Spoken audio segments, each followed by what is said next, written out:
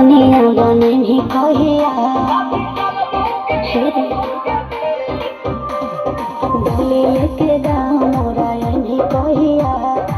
अपन सजनिया बनही कहिया फोटो डालो इंस्टा और पेज में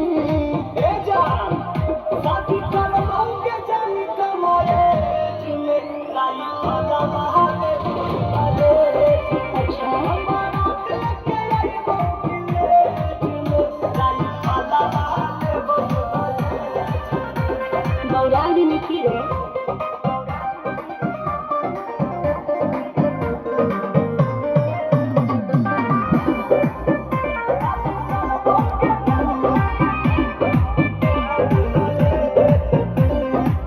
गाड़ी डिफेंडर फाड़ा चूना दिया था दिखे शादी में आई तो